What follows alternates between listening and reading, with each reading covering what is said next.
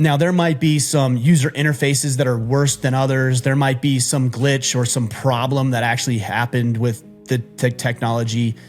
But 99% of the time, it's doing exactly what you told it to do. You just fat-fingered the keyboard and punched in the wrong input. That's all that happened, I promise you. The reason I bring this up is because you're living your life on operating systems. So have a better operating system.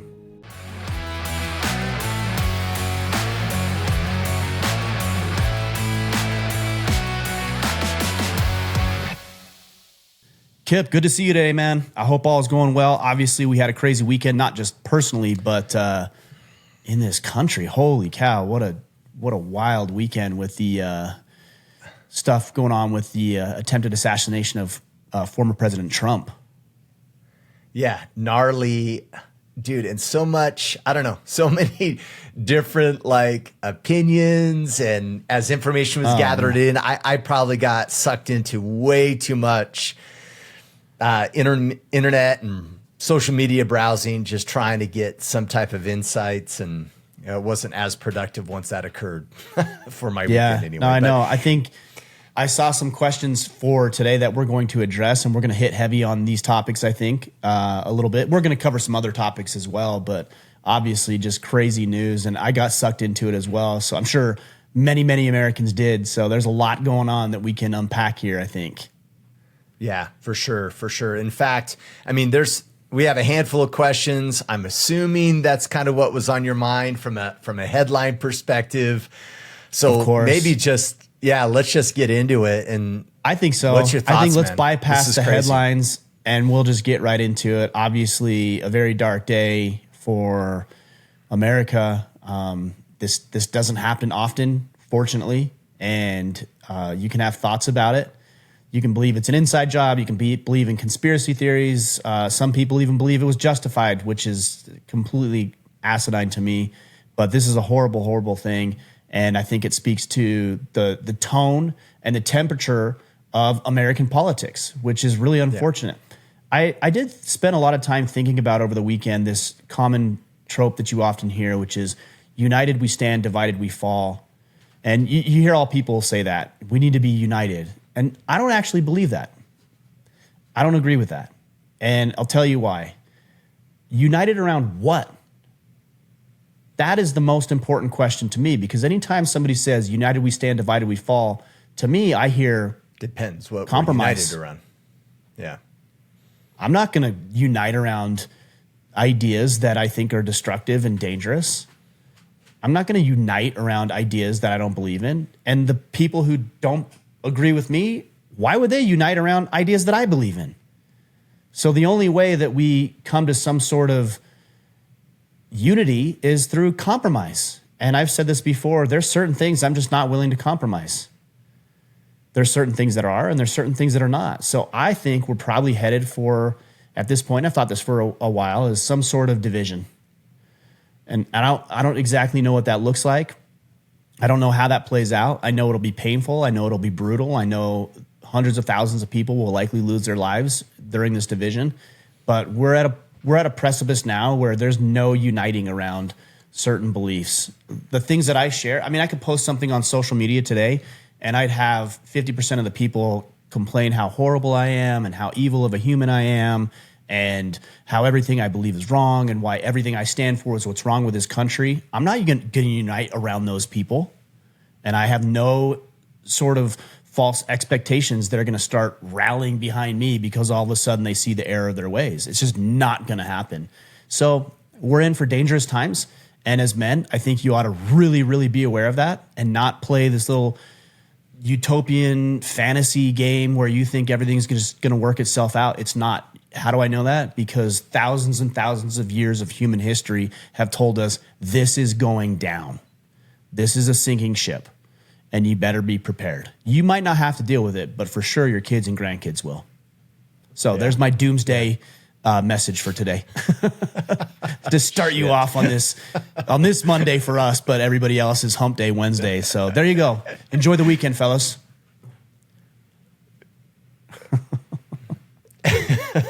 Do you agree or disagree, Kipp? Good luck. I think it's bad.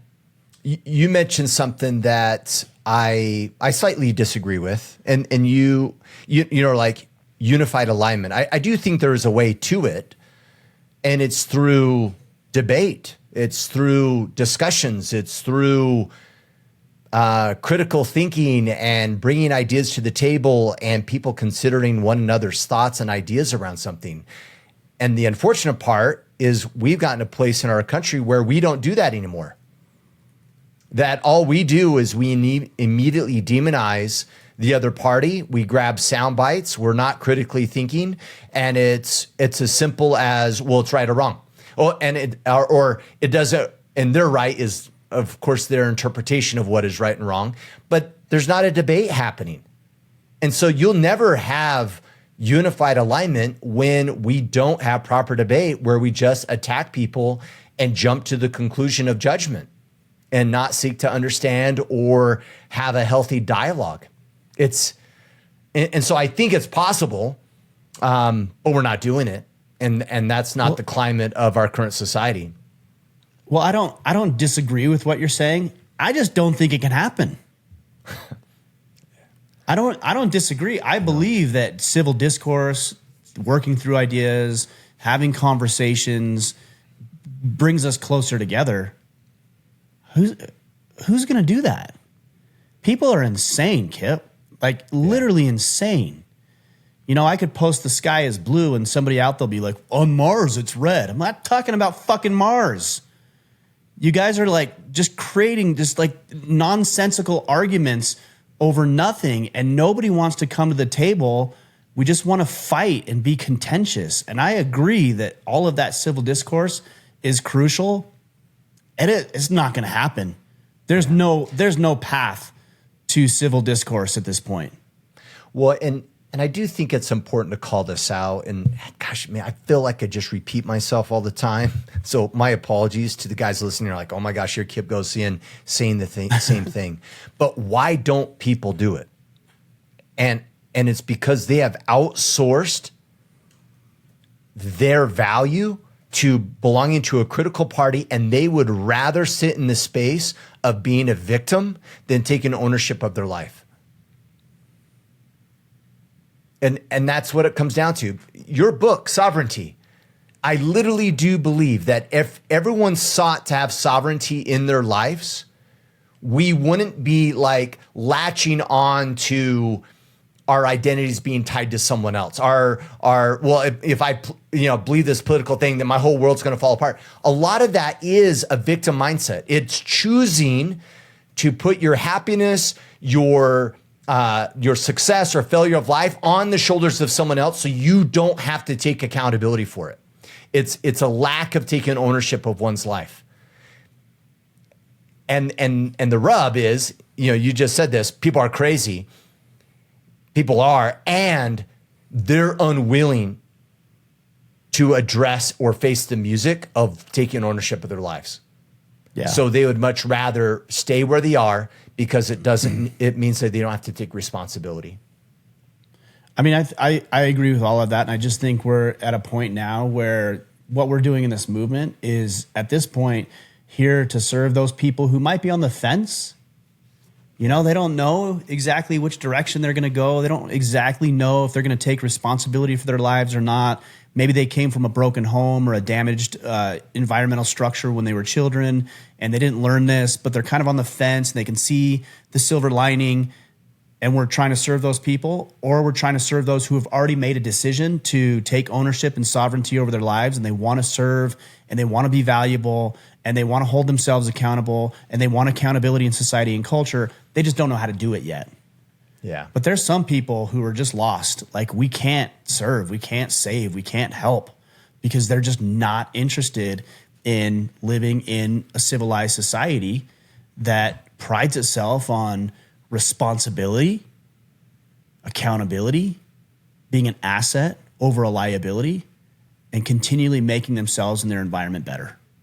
Yeah. And it's unfortunate, but it's the reality from where I sit anyways. Yeah. And shame on,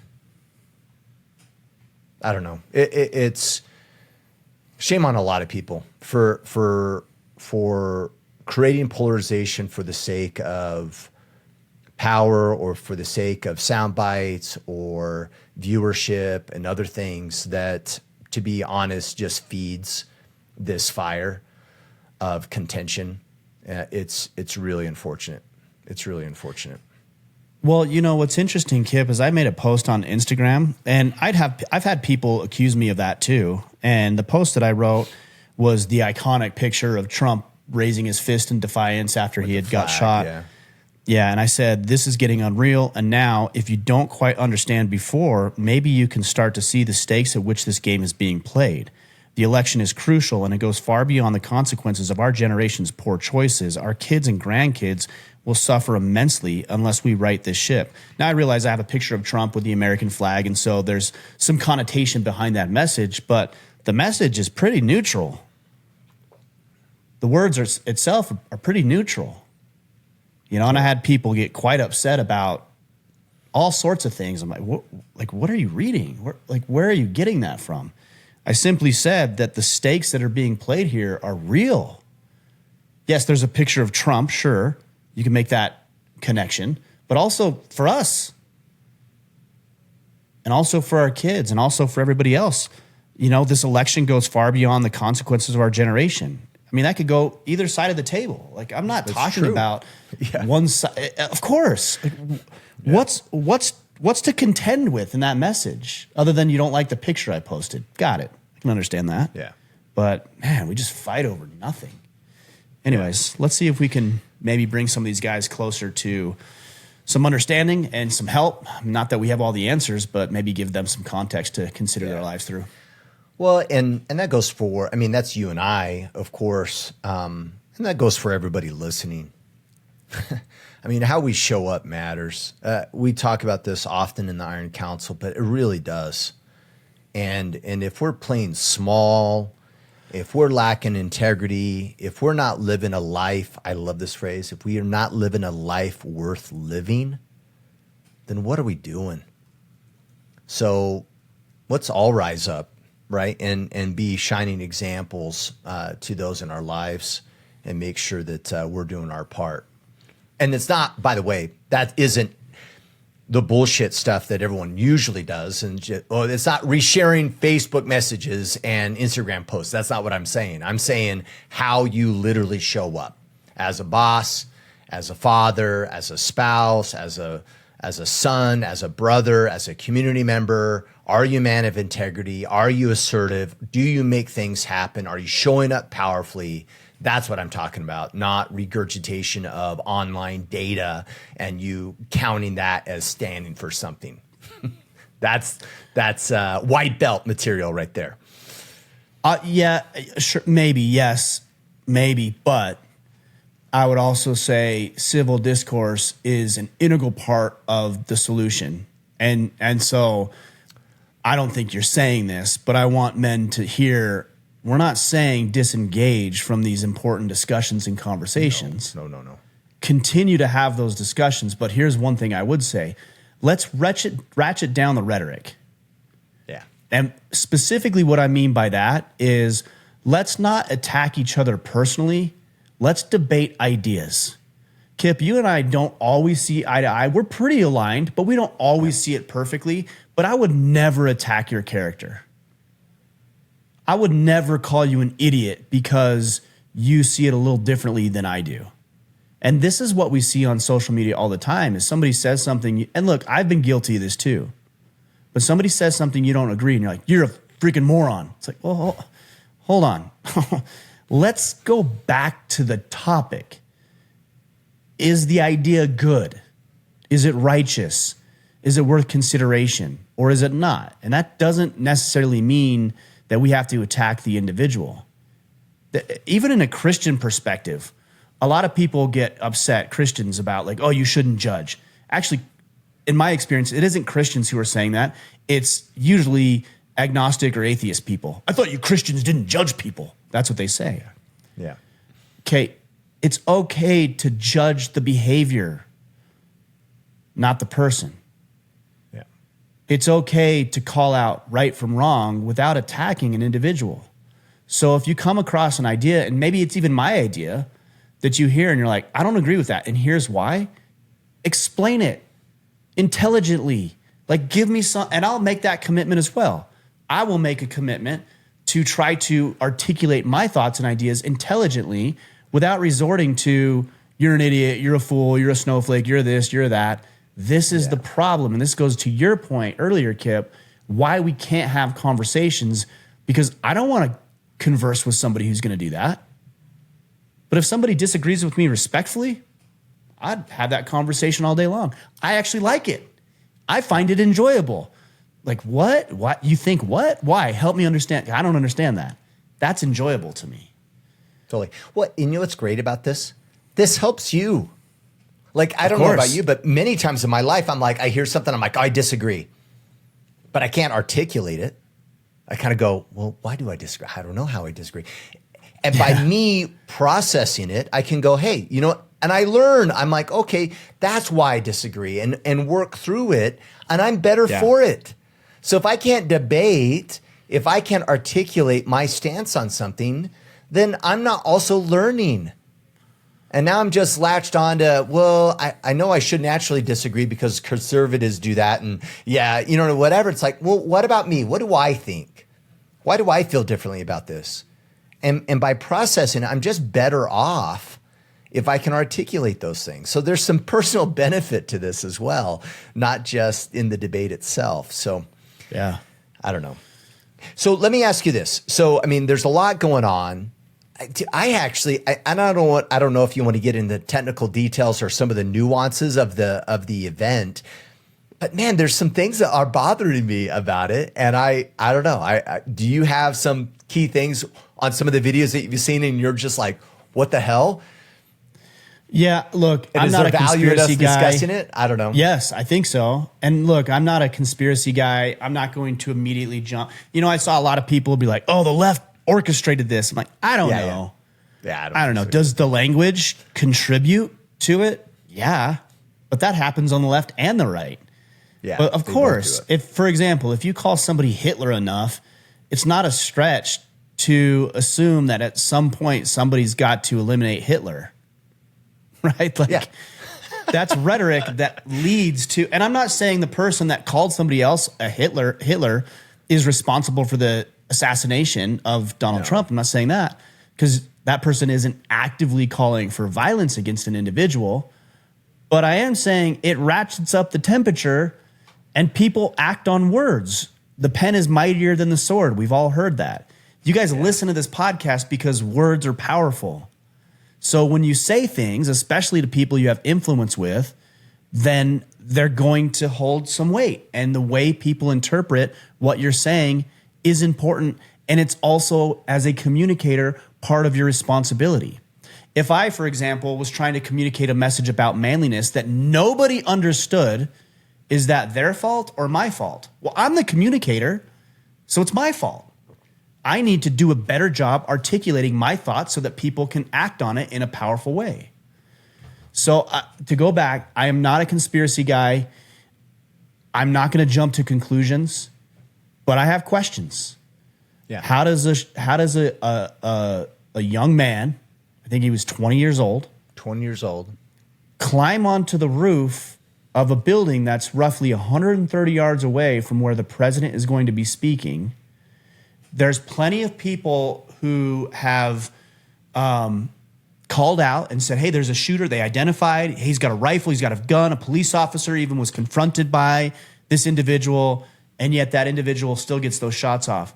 I did hear from a Secret Service agent that part of their rules of engagement, and I can confirm this, not with Secret Service, but with government in the military, because I spent time in the military. I can confirm that there are rules of engagement that hinder our side from eliminating threats as quickly as we could.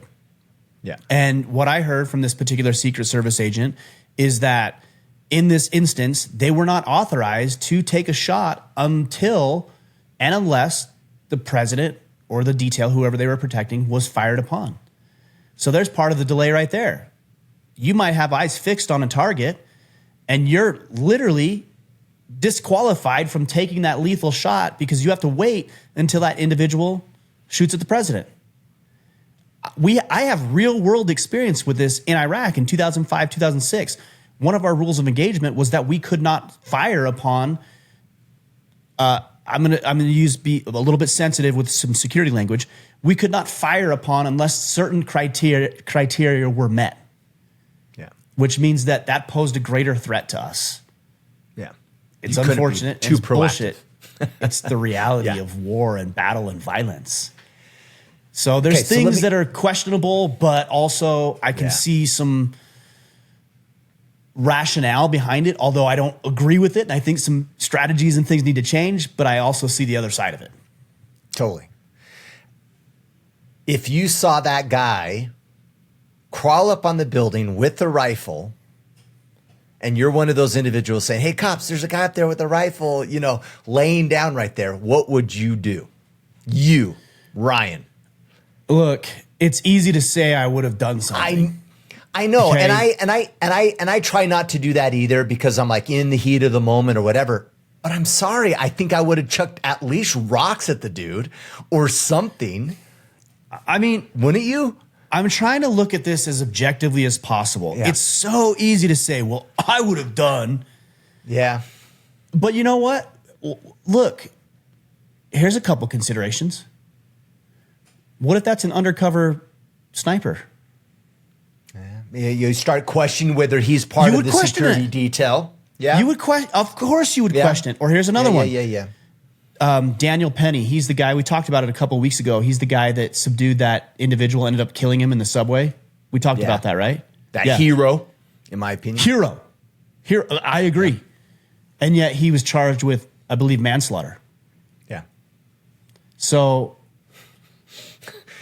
You get enough of those stories, and all of a sudden you're like, I'm not touching anybody. Right. Is what or you're saying. hey, I've got a wife and kids that I've got to protect. Now, look, I know a lot of guys are probably going to hear this and be like, "Oh, you pussy! You can't believe it." You should have went up there and choked him out. Yeah, you don't know unless you're in that situation. I would like to think I would have done something. I would have hoped I would. And also, there's some other considerations that I think in real world scenarios, and there's a lot of people who have not been in real world life and death situations. Yeah. And you don't know. These are the same guys who are like, you literally oh, don't in know a what fight, you'll I do. would kick Yeah. that guy's ass. You think you would, but you probably wouldn't. Yeah. So I appreciate the gesture, Kip. I'm trying to look at it as objectively as I would like to think you and I would go rush that together and do that together. Yeah. I don't know. I mean, I'm not saying I would have climbed up on the roof and got shot, but I'd probably be a little bit of a pansy, chuck some rocks at him and hide behind a tree. You know what I mean? Totally. Just to cause some distraction. But you're right. I mean, and I'm trying to like evaluate the scenario because when I watch the video, I'm like, why aren't you guys like harassing him? But you're right. Like maybe he's part of the security detail. I don't know that, right? And so I'm trying to tell a cop, like, hey, dude, there's a guy up the gun with the rifle up there. Is he part of you guys? Is he not? Right? Like, you kind of don't know. And a lot of those Secret Service guys, correct me if I'm wrong, aren't in quote unquote uniform or anything. So it's not like they have badges exposed. I don't think they do. So yeah, I mean, usually they have the uniform. You know, but I'm sure there's undercover. Yeah. Yeah, I'm sure there's undercover individuals in Just walking around, that are just walking around that are part of the quote unquote crowd that you'd never be able to identify. So we don't know. Yeah. God, it's crazy, man. And what blew my mind, I caught this, I was like, because I watched that over and over again, literally like he tilts his head, like he's looking this way and he like turned his head just like a tad more right during that shot moment. And I was like, dude, that may have been the difference whether he's alive or dead right now, was really that head tilt, which is just craziness. Yeah. Just craziness. It is crazy. I don't know that it was an inside job. I wouldn't go that far, but there were some major breakdowns that need to be addressed. Yeah, agreed. Yeah, there's so many conspiracy theory things like I saw too. I was like, what? Like people not bothered in the crowd behind him. They're like signaling. Yeah, I saw that one. Yeah. I was heard like, one person what? say that this shooting took place at 611 and 611, anything with the 11 sequence, so like 111, 2, 311, 411, 5, 611 is satanic. I'm like, just shut up. What? Just shut up. That's a stretch. There's so many things like that, dude. It's crazy. Yeah, kind of nuts. And it's super like, well, and to your point, you know, you don't know what you don't know until you're in the moment, right? Whether you have like fight and flight scenarios. And so I think we see that a little bit with Trump, you know, going, hey, I want my shoes, you know what I mean? You know, well, and I want my shoes. You're like, out of all the things, right? And whether you like the guy or not, talk about utter badass, by the way, to pause for that moment and go, you know, hold on. Yeah. You know, I was like, dude, most people would be frantically running and not taking a moment to like make a stand. Yeah. He's rebellious in nature. It was kind of cool, actually. I mean, you can definitely surmise that from it. Again, whether you agree with it or not, he's rebellious. He's got a fighting spirit. Well, we're kind of jacking up questions here because we had one about headlines around Trump and our thoughts and reactions to it. Let's jump into Caleb DeLong. Him and Ryan Gent had kind of similar questions. You know, battle plans for this quarter. What are you working on? What objectives do we have? And what do we plan to achieve? And maybe, Ryan, you kind of kick us off with just a quick, you know, what is the battle plan? Just really quick in case we have some new listeners, but... Yeah, the battle plan is just an operating system for how you approach your day. You know, it's too many guys are going at it haphazardly, believing that they're just going to make the most of it without having a plan. Clearly not having a plan doesn't work. And even if it does, it's not replicatable. You can't do it over and over again. You might get lucky once, but you can't do it every single day. And so we, Kipp, you and I and other people in the Iron Council are about creating replicatable results. And how you do that? By having a system that will begin to articulate what works and what doesn't. And that's what the battle plan is. We're going to help you identify and create objectives and tactics and checkpoints, and we talk about those things that are going to help you move in the right direction. And if it's not moving you in the right direction or at the pace you would like, we can then begin to identify where exactly is the breakdown so we can shore it up, fix it, and get better. So that's what the battle plan is. So for me, go ahead, Kipp. Can I add something? Because I just thought this was really neat, and it's related, and it won't be as related once you go over your battle plan. Fascinating. I learned this last week. From a psychology perspective, one of the driving motivators for an individual is the goal of or the tracking of improvement. One of the top motivators for people is the tracking of improvement. Right. And you can see that in things, right? Look at us as individuals, right? You grab a basketball hoop. Let's say you went to a hoop at a park or in a gym and you started shooting. What would you naturally start doing? You would start playing a game with yourself. Or seeing how many times, seeing how many times you can make it. Okay, I'm going to see how many times out of 10 or how many times in a row. No one's around. No one knows. But by default, you start analyzing improvement as an individual, and it keeps you motivated, keeps you shooting at that gym for another hour or so. Or we shoot arrows down at range, remove the target, all of a sudden you shoot two and you're like, this is stupid, and you walk away. You throw the target up, oh man, let's just keep shooting more and more, right? Because we see and you progress. Assign points to it. Yeah, like it's part of the human condition. And so not only is it going to help us shore up and analyze and improve, but it also keeps us focused on a target, and it helps us focus on improvement. And keeps us engaged. It keeps us doing it. You know, if you never saw any sort of improvement in your life, you'd give up hope and you'd stop doing that thing really, really quickly.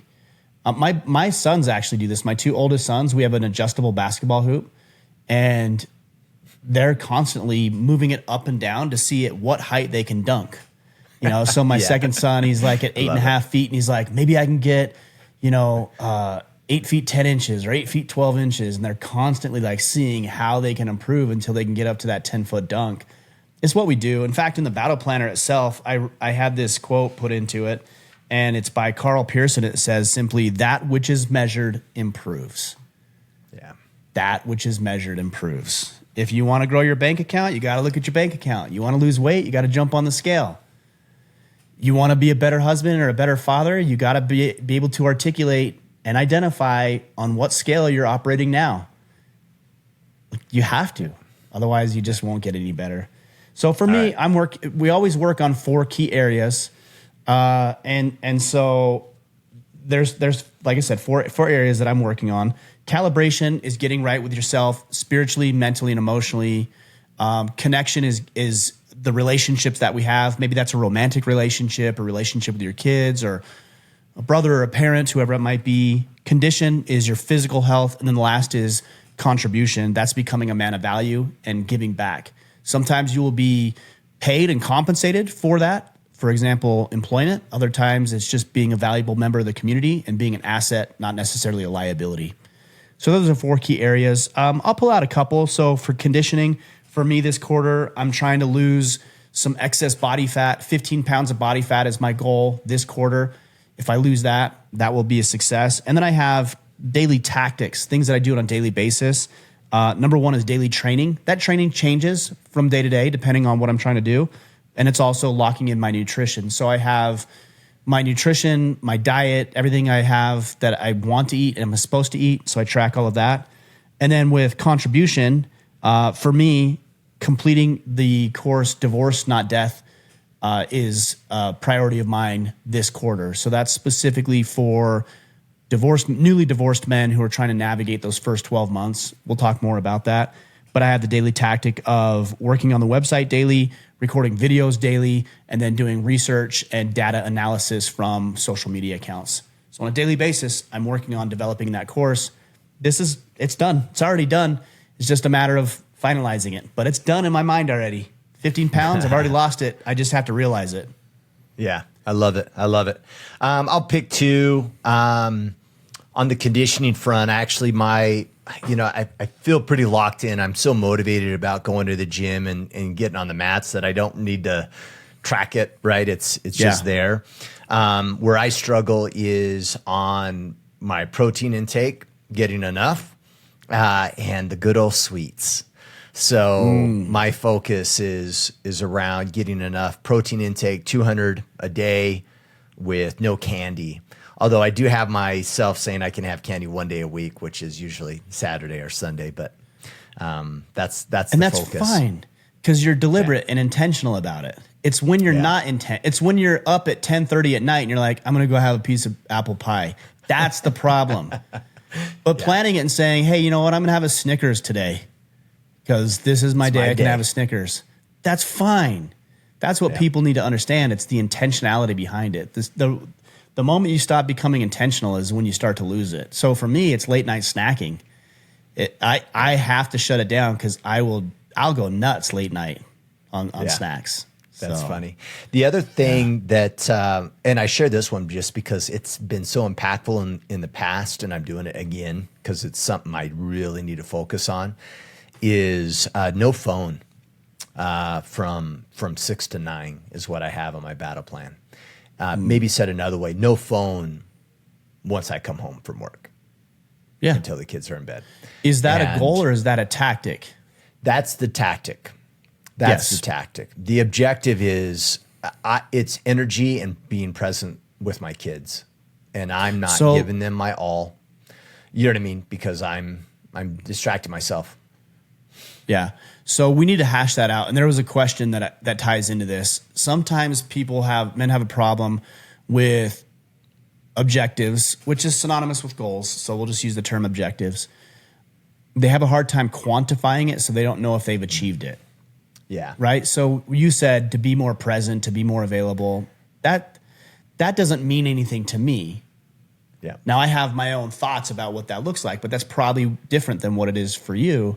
And so when we have these objectives that are hard to quantify, you need to be able to quantify it. There was a question in there, Kipp, see if you can pull it up.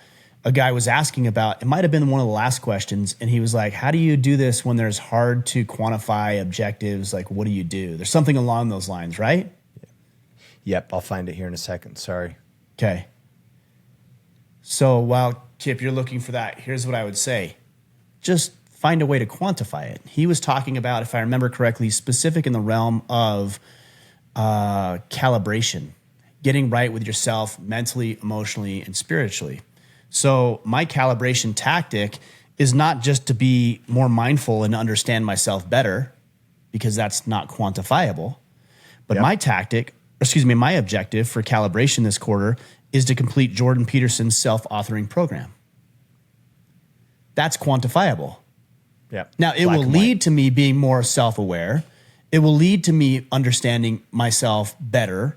It will lead to, and my tactic is 30 minutes of daily study with the program itself. And if I'm not doing that on the weekends, then I have created another secondary tactic, I call it, of reading 30 minutes of self-development, self-help information, books, resources, articles, etc. So every day I'm working on it. And at the end of the quarter, I can say, did I complete it or not?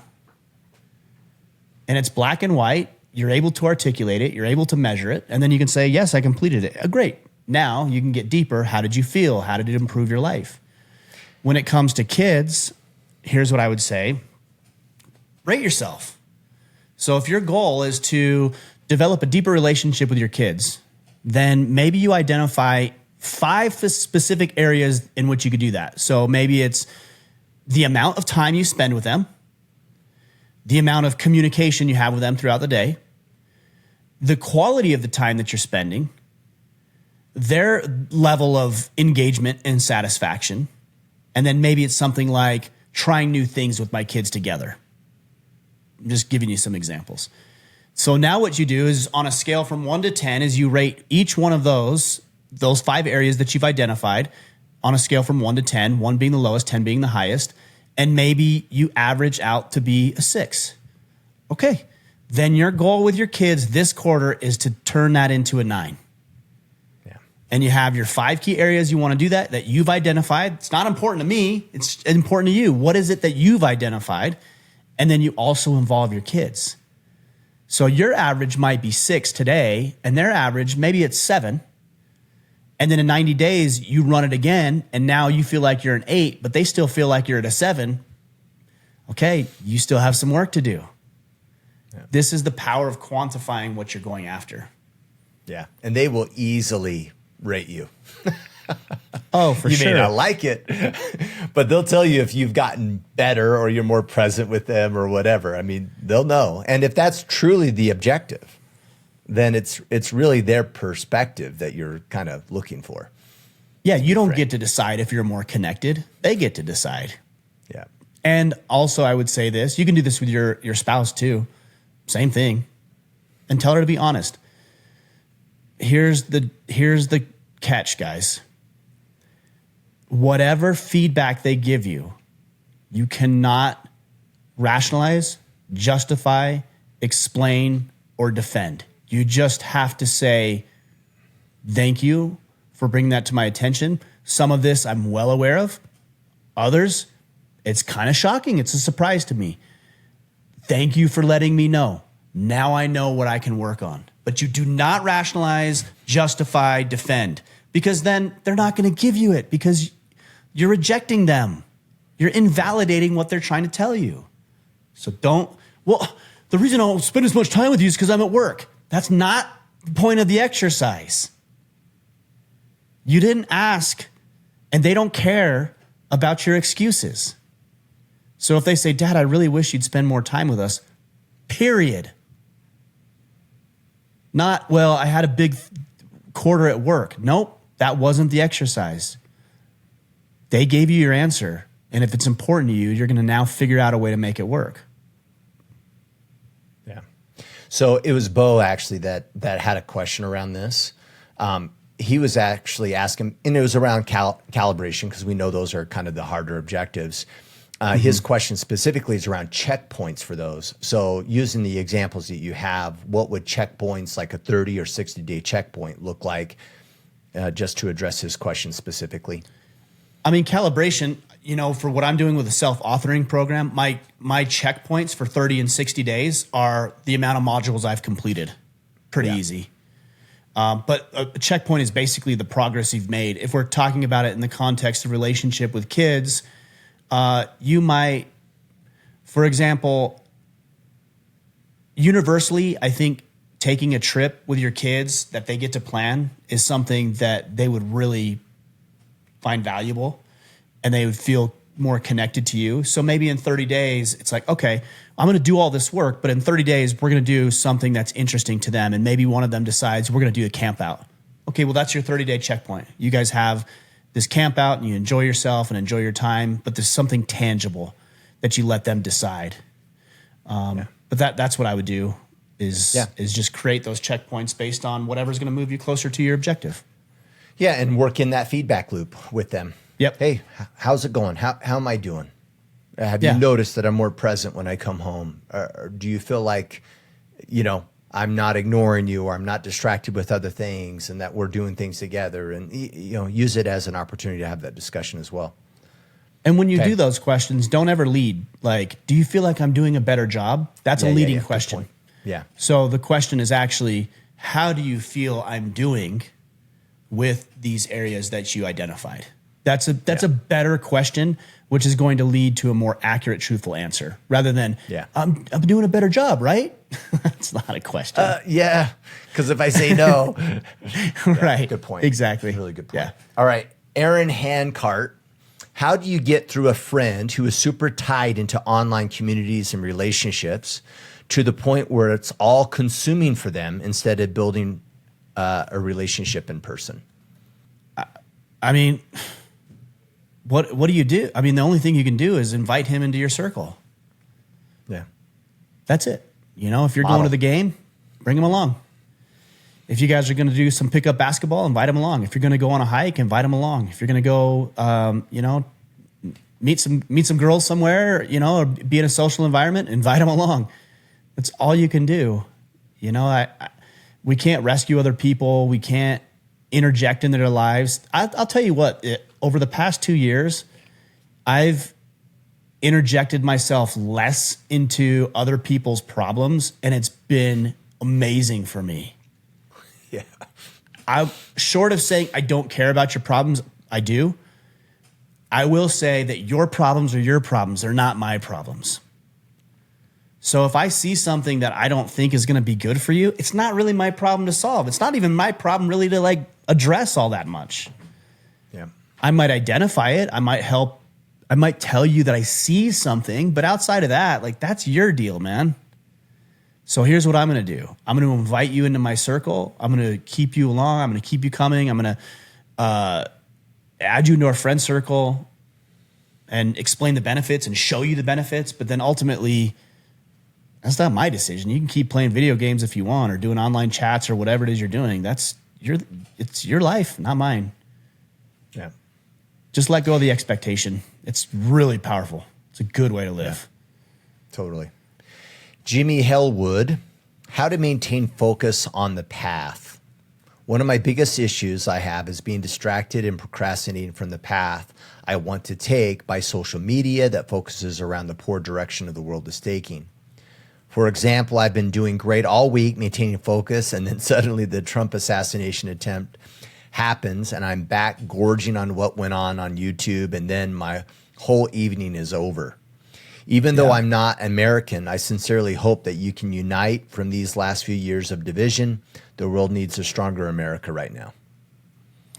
Well, I would say this. Don't make it wrong to deviate. You can deviate. Things come up.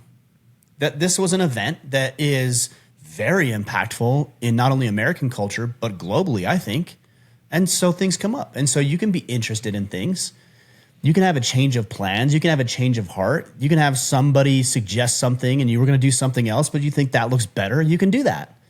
So give yourself permission to do that. But if you think it's going to be unhealthy or it could become unhealthy, just set boundaries. That's it. So the Trump assassination, look, I do it too. Kipp, you and I talked about it at the start of this meeting. Just give yourself a boundary. Hey, I'm going to look at this stuff for 30 minutes. Maybe I even need to set an alarm. 30 minutes, I'm done because I'm moving on to this. And I do that on a daily basis. There's things where I might be cleaning I'll clean the house to distract myself from my work. Totally. So I'm like, I got to do this podcast, or I got to send this email, or I got to do this thing. And I'm out in the living room folding laundry. It's like, okay, the laundry isn't what needs to be done right now. The work needs to be done. So I'll give myself, okay, fold this laundry. But when this laundry is folded, then you are going to do X. And then I stick to it. And then I do X. And then once that's done, then I can go back and fold the rest of the laundry or do the dishes or distract myself with whatever else I feel like I have to distract myself with. But the boundaries and the rules are important. When you are on your computer, a lot of times, and I'll say this too, damn computer, like I hate technology. It's user error. It is not technological error. Now, there might be some user interfaces that are worse than others. There might be some glitch or some problem that actually happened with the technology. But 99% of the time, it's doing exactly what you told it to do. You just fat-fingered the keyboard and punched in the wrong input. That's all that happened, I promise you. So the reason I bring this up is because you're living your life on operating systems. So have a better operating system. The operating system that has created your life can be adjusted, but you have to have those rules in place. So just put rules in place and then follow those rules. And we know what the rules are. If you exercise, you're going to be in better shape than if you don't. That's just a rule, a principle, if you want to call it that. If you eat better, you're going to feel stronger, more capable. You're going to have energy and focus throughout the day. That's just a rule. If you're able to regulate your emotions, you're going to feel happier. You're going to be able to converse with more people. It's just a rule. And everybody knows what the rules are. Financially, make more money, spend less. That's a rule. It does not, the answer never deviates from that rule.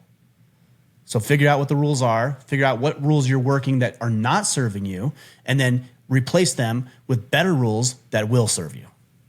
Yeah. Maybe I'm a nerd, but I find this fascinating, or at least it's helped me. Realizing why I do it is beneficial. And what a lot of people don't realize is we're seeking immediate gratification or dopamine hits of the feeling of being busy and accomplishing something. You'll see people do this when they avoid deep work or work that requires a lot of effort and attention. They'll go, oh, well, I'll just do my email really quick because they get a quick fix, right? It's like, oh, yeah, see, I'm productive, right? And we see this in our society. Oh, how's your day? Oh, so busy. It's like, oh, I'm valuable versus, well, what were the results you came up with, right? It's like 0 results. Okay, not that actually great of a day. But it's interesting, and realize that human condition. Oh, I'm going to do laundry really quick. Why am I doing that? Well, because I'm going to have a sense of accomplishment fairly quick. But the 2-hour podcast blog that I got to write, that's going to take some time. Yeah. And so just be aware of it and look at all these little teeny distractions that you constantly do to avoid the work that you should be doing. And I just think being aware of it has helped me. And I have actually, you talked about time boxing. I actually have a device. It's like a puck, it's a little circular puck. And I just rotate the puck, looks like a Nest thermostat. And I change that puck to 20 minutes and I push on it and it counts down. And I'll use it to be like super focused. I got 20 minutes to get this thing done. And I'll go all in on 20 minutes, every fiber of my being to try to get it done. And it's a little game, like kind of what we were talking about earlier. Now it's a game. Yeah. I got to get that article written up or that documentation done within a 20-minute period of time. Let's see if I can do it.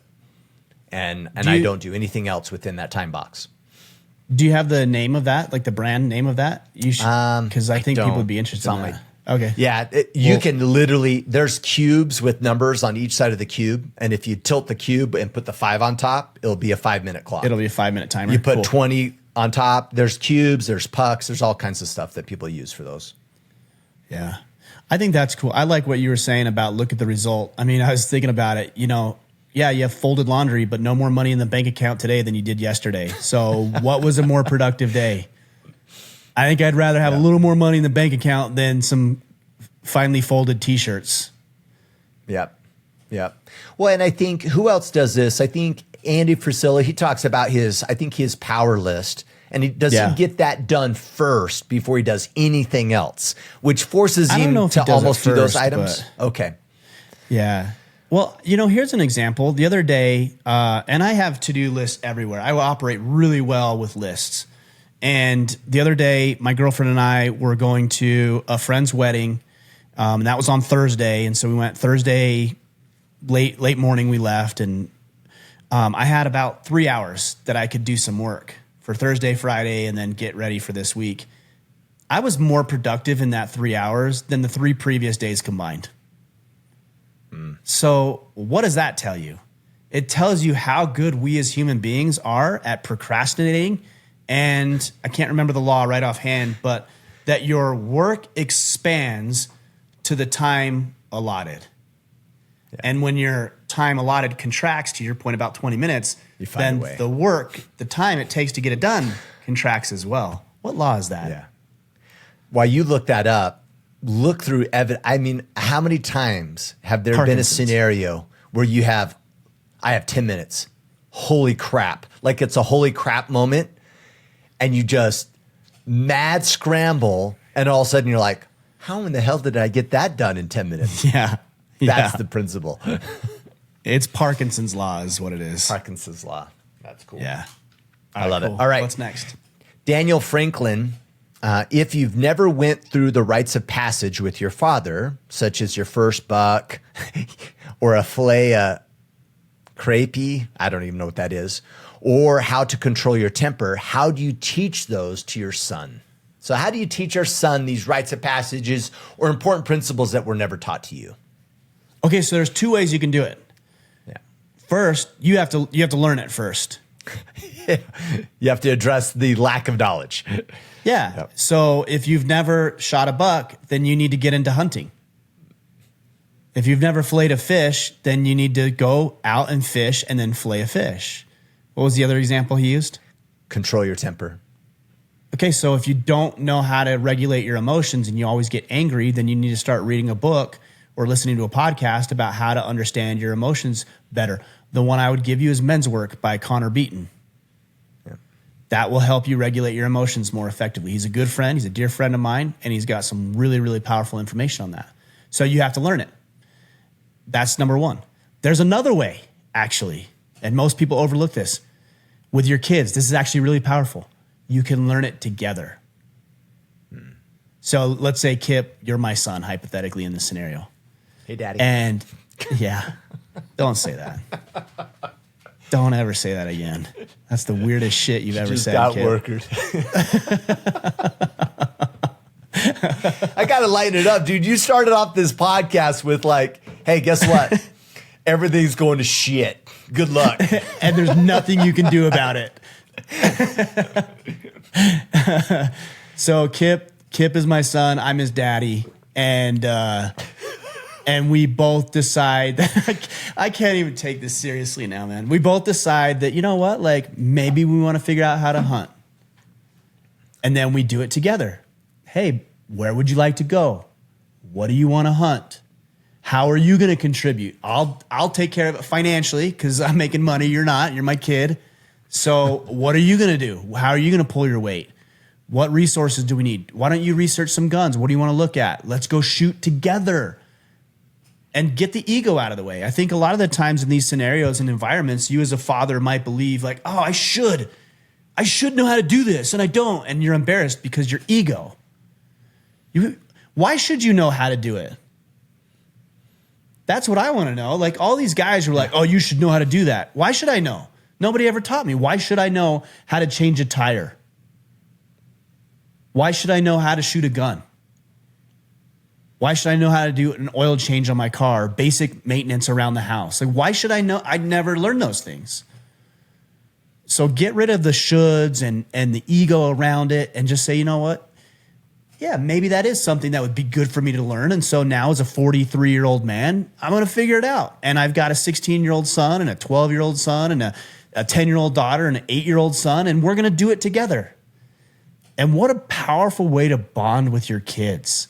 When there's no ego involved, you're all contributing in a cool way. You're learning something new together. You may or may not do it ever again, but get rid of this thing like I have to have it figured out or I'm less of a father, and just do it together. I promise your kids are going to love it. My oldest son and I, we hunt a lot together. I didn't know how to hunt. He knew that. In fact, he's a better hunter than I am. We're going to Africa together in 3 weeks. I will not, because it's not true, go into that environment and pretend like I'm a better hunter than him. It's number one, it's just not accurate. And number two, it just doesn't help the dynamic. Like, I can learn things from him if I'm humble about it. And I go into it with the spirit of learning together and experiencing it in a fun way without the expectation of, I'm the man, I'm the dad, you do it my way. That's not healthy. Well, it doesn't help you. Everyone think about it right now. Imagine your dad, and then imagine a scenario by which your dad came to you and said, hey, son, I've always wanted to do this. I don't know how to do it. Do you want to learn together? And you tell me you would think less of your father for doing that. Yeah. Of course you wouldn't. Of course not. I would have loved to be part of that with my dad. How awesome that would have been. I would have been edified and better off. Well, Kipp, as you're saying that, there's also things that you might know, but you can still approach it with that level of humility and learning. So let's take a very small example. Let's say the car battery's dead and you need to replace the battery in the car. Well, you know how to do that. Yeah. And so instead you decide, hey, you know what? My son or my daughter doesn't know how to do that. So you bring out little Billy or little Susie and you're like, hey, Susie, we need to change the battery in the car. The battery's dead. And here's how I know that. And so I figured you and I could spend the morning doing that. So let's go ahead and pop the hood of the car. Do you know how to pop the hood of the truck? No. Okay, well, open the door. It's right there. Go ahead and pull on that latch. And then you come around the front. There's another little latch you got to lift up. Then you got to put this thing here. And then we're going to need some tools. Do you know where the battery is? And she's like, points it out. Cool, we're going to need some tools. What do you think we might need? And you teach her in a very humble way by experiencing it together. And now you just didn't regurgitate a bunch of information. She actively did the thing. And not only is she going to learn better, but she's going to feel more proud about it because it wasn't dad who changed the battery. Susie changed the battery in the car. She's contributing to the family and she's making her dad proud. That's a way better way than just to say, as we all do as dads, like hold the flashlight, right? Which is terrifying for kids. Have you seen that short meme video where this dad's holding the measuring tape? And there's like a little 3-year-old on the other side. He's like, oh, yeah, he's hold like, the effing tape. Yeah, have you seen that one? And he's like, yeah. we all been there because we're all like, yeah, I've been there on both kids. ends. Yeah, true. Yeah. All right, last question That's how here. I do it. Okay. Chris Ferguson, how do you recollect yourself after the sudden and unexpected loss of a friend? Well, first of all, if that's the case that you're dealing with now, I'm sorry to hear that. That would be very difficult. I don't think that I've lost somebody. I've lost my grandparents. We weren't real close, I would say, but that was hard. An aunt, that was hard. I've lost people in my life, but never anybody like super close to me. So I don't know what that's like. So I'm sorry you're dealing with that. That would be hard. I think without going through that scenario, I think it's okay that you give yourself some time to grieve and reflect upon the positive memories. We have this really interesting thing around death where we all just like mope and mourn and cry and complain around death. And sure, there's a time for mourning, but the way we do it we might reconsider that, which is, hey, I had a really good time with this person, and I had a good life with this person, or we celebrated good times, and here's the memories we made, and here's how my life is better. So I would give myself that time to grieve. And then I would also consider how that person would want me to live. Right. Kipp, if you passed away, I wouldn't like sit around and sulk over the loss. I would be really grateful for the lessons I've learned and the time that you and I've had together. And then I actually would consider you on a daily basis. Like what would Kipp do in this situation? Or how would Kipp respond to this? Or how would he coach me? If I was going through this, what would Kipp tell me? And then I would do that because that helps me carry on your legacy and it helps me remember you and it honors what you brought to my life. If that makes sense. Yeah, totally. Well, and I think the other thing I think to remember is, and I'm stealing this from Jocko, he did an episode on dealing with grief. It made sense logically. And then I think it was like 6 months later, I lost someone, and then it really connected. Where I was like, oh, yeah, he's totally right. And he uses the analogy of ocean waves crashing and how the waves come in as sets. And at first, those sets will be just nonstop. And then the time between sets will slow down. You'll be able to kind of collect yourself, and out of nowhere, you'll just be flooded with an emotion, right? I remember it was actually even before my dad passed away. I was just dealing with it, right? Like, okay, we're probably in the final chapters of life here. Like there was all the evidence was proving that he was going to pass away soon. And I was handling it, emotionally and mentally fine. And then I remember just one night I was just like during our family prayer, I just couldn't handle it. All of a sudden I was just like, I can't deal. I don't know what the trigger was. I don't know what the scenario was. And so to that, I would just say, that's just how it's going to go. And you're going to have moments of despair and feeling really sad. And then those breaks will get longer over time. But every so often you'll get a random wave that will crash on you and shove your face into the sand. And I think in those moments where we're presented with the opportunity to learn and grow. And we've talked about this recently more than normal, but embrace that it's okay. See, we've talked about always making difficulty wrong. Like maybe we need to normalize that a little bit, and also realize that death is sometimes a hard thing to deal with, and that's okay. And this is of course it should be. And this is how we remember people. And the big question is, what are you going to learn? And what are you going to do with it? And how are you going to grow? And find that evidence of growth and opportunity in your moment of suffering, because otherwise your suffering's lost if you're not going to become a better person for it. So just look for those chances. Kipp, I think this is one of the biggest problems with the rise in mental health that we see, specifically among men, is that you're not supposed to feel a certain way. For example, sorrow. Yeah. Like you're not supposed to be sad. Why?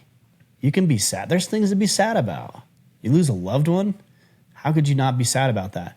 So then if you believe that in that sadness there's something wrong with you, then not only do you feel bad about being sad because that's the way you're feeling, but then you start to feel guilt and shame for being sad. Yeah. So by believing that there's something wrong with you or that you're broken, you're actually exacerbating the problem, rather than believing, hey, I'm sad right now and it's not fun, it's not enjoyable, it's not comfortable, but it's part of the human condition. It means I miss this person. It means I love this person. It means I had a good relationship with somebody I cared about. And I think I'm just going to be sad today. Now, there comes a point in time where we can't just wallow in our own self-pity, but it's okay to be sad. The way we respond to it is really the question. Like, you can't go treating everybody else like shit. Every once in a while, my daughter, she'll have a bad day. And when she has a bad day, it's externalized onto other people. And I tell her, hey, bud, I know you're having a bad day. I know what you're dealing with right now. You told me I'd be upset too. And that's okay. You can be upset. But what's not okay is treating other people poorly because you're upset. Yeah. So if you need some time to go in your room and cry or draw or you want to go on a walk with me, or maybe you need to distract yourself, like whatever we need to do, we can do that, but you're not going to treat people poorly because you're sad. Yeah. So two things can exist. You can be sad and we'll give you the space to deal with it. And also you don't get to externalize that in a negative way on other people. So it's really just a matter of how you handle it. I love it. All right, sir.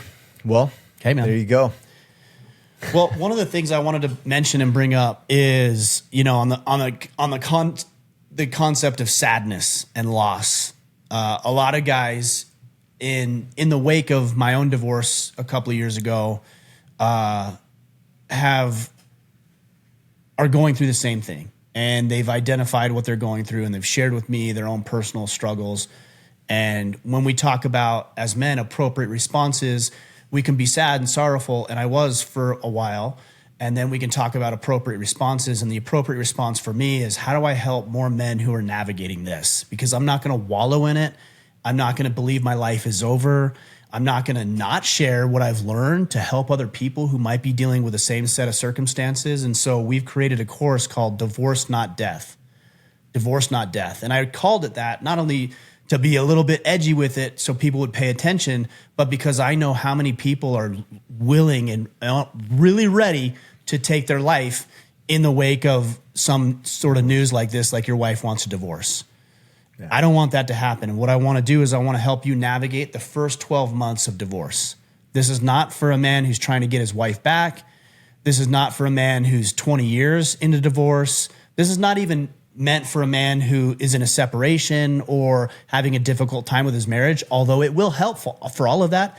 It is specifically designed for dealing with all the ramifications that you have to deal with, from emotional burden and pain to separating assets and finances to legal ramifications and custody schedules, everything that you need to know in the first 12 months of divorce to beginning to date again at some point when you feel ready and comfortable, all of it. So it's not ready yet. It will be ready in the fourth quarter of this year, so October.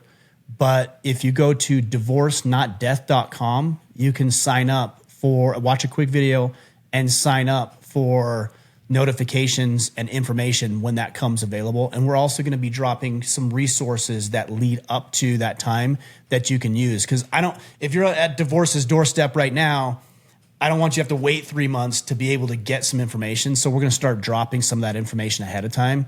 So again, if you go to divorcenotdeath.com, drop your email in there and we'll help to whatever degree we can navigate really, really difficult times. Kipp, you and I have both gone through it. I'm fairly early into it. You've gone through divorce years and years ago, so you're in a different place than I am. But we can both attest to how painful it is. Yeah, hardest time of my life. Yeah, easily. For sure. Yeah. So that's divorcenotdeath.com. We'll make that available to you guys. That's all I've got, Kipp. Awesome. Okay, sir. Man, we're talking about some crazy stuff today. Assassinations, the world's not getting better, you're losing your friends, you're getting divorced, we don't want you to kill yourself. We got to change the tone of these things, man. Yeah, maybe next week. We'll be a little lighter next week for you guys. Sounds good. All right, Kipp. I appreciate you guys. I appreciate you. Hopefully we gave you some things to consider today. Go out there, take action, and become the man you are meant to be.